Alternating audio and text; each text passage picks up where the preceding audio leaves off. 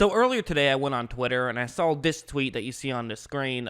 Someone told me that a guy named Ethical Skeptic has an amazing and absolutely stunning report on the Raiders being penalized at an insanely higher rate and at more crucial timing than any other team in the NFL last year and for the past few decades. They told me I should do a video on it and I'll get tons of views and be shocked. And I like getting tons of views and being shocked, so I figured, okay, I'll go ahead and give this one a shot. I looked into it, and I find it pretty interesting. And so let's just start talking about it. Basically, what happens is that it's a guy by the name of the Ethical Skeptic. I'm not really sure what his actual name is, but that's what the website is called. That's what his Twitter handle is called. I'm not really sure. I'm not really aware of who he is too much, but it appears he does some very high level and very interesting stuff. And it really looked like it was actually kind of a throwaway at the end of one of his articles that he talked about the Raiders getting screwed by certain calls. And so I figured I'll look into this and see is it true or not. But first, I want to play this one clip. This is from him on a radio show, basically talking about it. This is a bit of a long clip. It's about a minute and a half long. So this will kind of lay out what he's talking about.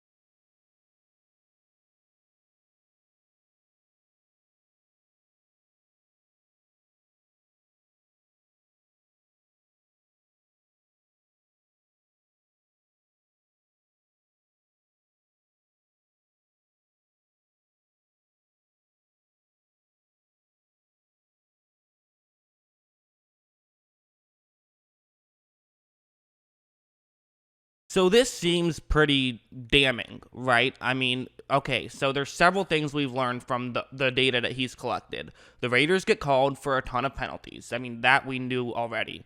The Raiders get far more judgment calls go against them than calls that aren't judgment calls. So, for example, some stuff is very easy to tell and everyone can figure out what it is. And some stuff, one ref might call it one way and another ref might call it the other way. And what he is saying is that typically when there's the more complicated stuff, that tends to go against Oakland/Las Vegas, whereas some of the more clear-cut stuff, the Raiders are actually pretty good at avoiding those. So what this data seems to suggest is that if the NFL is rigged, let's say, and they're trying to rig things against the Raiders, well, what's the way to do it? You can't rig offsides against the Raiders. You can't rig neutral zone infractions. You can't rig false starts, things of that nature. But you could rig, let's say, holding or pass interference, perhaps, or roughing the passer, things of that nature, illegal contact. These kind of things that you can basically just say that they happened, even if it's borderline, and you wouldn't have called it on the other team. So that's basically his argument. And again, the statistics he's laid out make a lot of sense, but we have to get a little bit more into what these statistics actually are. He also brings up that the Raiders average about twice as many penalties as your typical team in terms of these non-judgment calls. And that sounds insane, but that's actually not that uncommon. In fact, in just about every single category, you'll see these huge disparities between your average team and the team that had the most penalties because of the small sample size. For example, if you look at the Kansas City Chiefs, they had 23 penalties in terms of defensive holding, and the Packers only had 5 defensive holding penalties. So if you only take about 5 of those categories, the chances are you're going to get some pretty skewed statistics, and a team has to have the most on one side. So while that stat is true, it sounds a lot worse than it actually is. And in fact, it makes a lot of sense when you actually look at the numbers and think about it. It just sounds way worse than it actually is. Like, again, you could say the same thing about Kansas City. They had double of plenty of penalties than other teams, but the reality is they still won the Super Bowl. So clearly the league wasn't out to get them. So yeah, that's just kind of that's kind of my problem, I think, with the end of this article for the most part, is there are a lot of things like that just seem like they're a bit misleading is all. Not necessarily wrong, but misleading. If you look at the chart of where he's separated which of these things, it doesn't really make a ton of sense if we're being totally honest. So here's how he divided the two different kinds of penalties. There's interpretive class or discipline class. The discipline class is the ones that you can basically just guarantee if you commit a penalty there, it's because you're undisciplined. But if you look at it, clearly this isn't the case. I mean, most of these are, but I think the obvious exception to this rule is offensive holding. Offensive holding has no reason of being in the discipline class. And you might figure, okay, well, that's just one thing. What really is the big deal? But this actually changes the statistics a good amount, I think. Because again, what is his argument? His argument is that he looked at this select group of penalties and he figured out that the Raiders are actually pretty good at avoiding those penalties. So they're, let's say they're the 10th best team in the NFL at avoiding a select group of penalties. Therefore, if they're the worst in the NFL at the other penalties, or just penalties go against them the worst in the NFL, just overall, then clearly there's something nefarious going on, and it's not actually the fact that they're committing more penalties and also not having as much penalties being committed against them, but instead, the NFL is cheating them out of wins. That's the argument. But I really don't think that's true at all. And I think I'm going to use this next page to really explain why I feel like this is false. If you look at what's going on right here, 2019, there is some legitimate arguments to what he is saying. I'm not going to argue that in 2019 there aren't any legitimate arguments, but I think it's very, very small. What I did was, instead of just, picking them and dividing them into two different categories, I just took basically different actual penalties. The only two I put together are offsides and neutral zone infractions, as those are essentially the exact same thing. And the numbers you see is where they placed in that category. So for 2019, they were the 26th best at avoiding offensive holding, which is why I think that putting offensive holding in the discipline class is very wrong and very much skews this data. I mean, pretty much anyone who has played football will tell you that offensive holding you could call on pretty much any play. It's all just where do you decide that line is. It's almost the most judgment call type of call you can make in football, which is why I find it very bizarre it's in that category.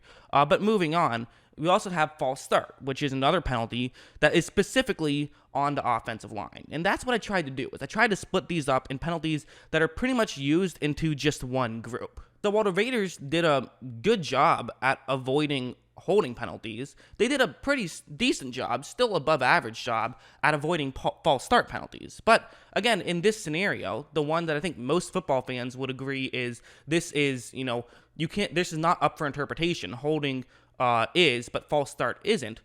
They actually perform better in holding than false start, the one that is up for interpretation.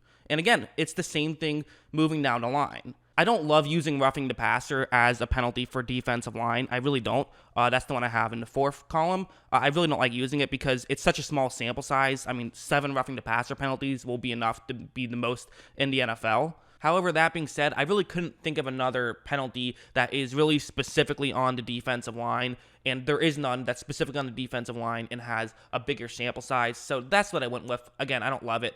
But, they had the most offsides or neutral zone infractions in the NFL last year. Oakland did. Whereas roughing the passer, they were third most. So they clearly still weren't great at that. But they were worse in the ones that weren't up for interpretation.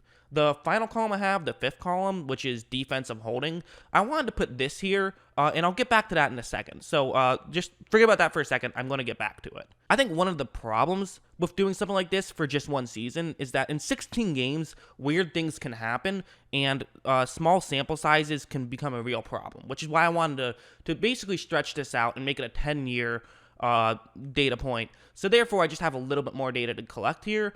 If you look at this, in terms of penalties that are up for interpretation, the Raiders actually did better in terms of holding than in terms of false start. And again, keep in mind, this is where they placed one being the most of those penalties. So they, on average, were top 10 in the most false starts, but they were only 13th in offensive holding, meaning that in these judgment calls, they're getting called less than they're getting called in false starts. If we assume that discipline is the same either way, I think it's safe to assume that the Raiders aren't getting screwed here.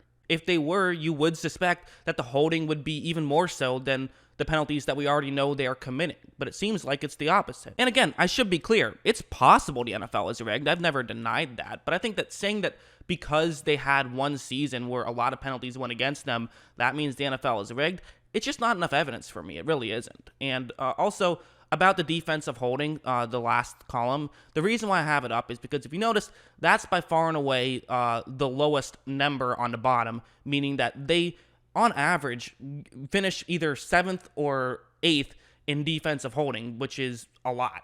That's consistently, they've been doing very bad in that.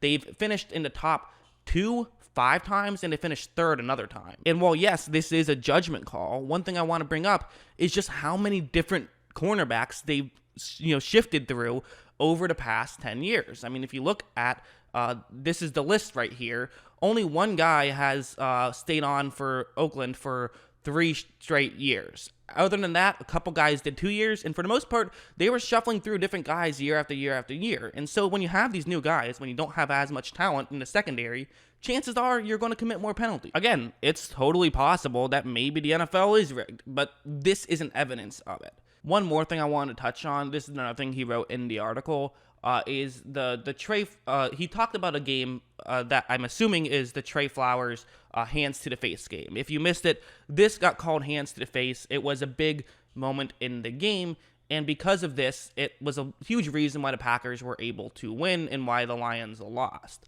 And again, our friend here, who I am, again, I want to be clear. I don't think this is a bad guy, or I'm not like, what an idiot. I think he's really smart, clearly smarter than me if you read some of his stuff. I just think that he's wrong in this one area, the ethical skeptic is. But the reason why I'm bringing this play up in particular and bringing up this part of the article is because, again, the assumption is made that because there was a bad call that went against the Lions, this means that the refs are rigging the game for the Packers. When in actuality, I think the far more logical solution is just that a bad call went against Detroit, and it sucked for Detroit, and it was beneficial for Green Bay. In the article, he mentions that this decided the game, but I disagree. I really do. I've always disagreed that one play does not decide a game, even if that's the final play of the game. I kind of like try to make it a different comparison, where if I go to Target and I were to spend, $400 on a PlayStation, and then I go to McDonald's, and on the way there I have a $10 bill, and on the way there I accidentally drop my $10 bill.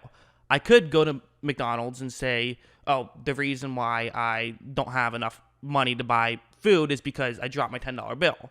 Or you could say the reason why I don't have enough money to buy food is because I just spent $400 on a PlayStation. There's so much that goes into a game that blaming one call, yeah, I mean, sometimes it's very unlucky, but luck is just a part of the game. And that's why I always hate the person who blames the ref. Luck is a part of the sport. I've always said it. I'm not a blame the ref guy. And I definitely don't think the NFL is fixed. It could be. Again, I don't deny that there is a chance. But if it is, there has not been enough evidence presented at this point to really think that it is fixed. And again, I get it from the Raiders' perspective. I think the tuck rule is the main thing. And as I've said, I think that was the wrong call. I think it went against them. And obviously, they would have won that playoff game had that call been reversed. But at the same time, they also would have won that playoff game if they just stopped, the New England Patriots at any point. Or if Adam Vinatieri didn't make the greatest field goal kick of all time, in my opinion. Sports are fluky, and sports have luck involved. That's part of the fun of it, in my opinion. But it doesn't mean they're rigged. That's just my opinion. What do you guys think? Let me know in the comments below. What is your take on this thing? Let me know. I always love hearing from you. And, of course, I'm sure some of the Raiders fans are not going to be happy that I don't think the NFL is fixed to your detriment. But maybe you disagree. Anyways, I hope you guys enjoyed this video. And, of course, as always, thanks for watching.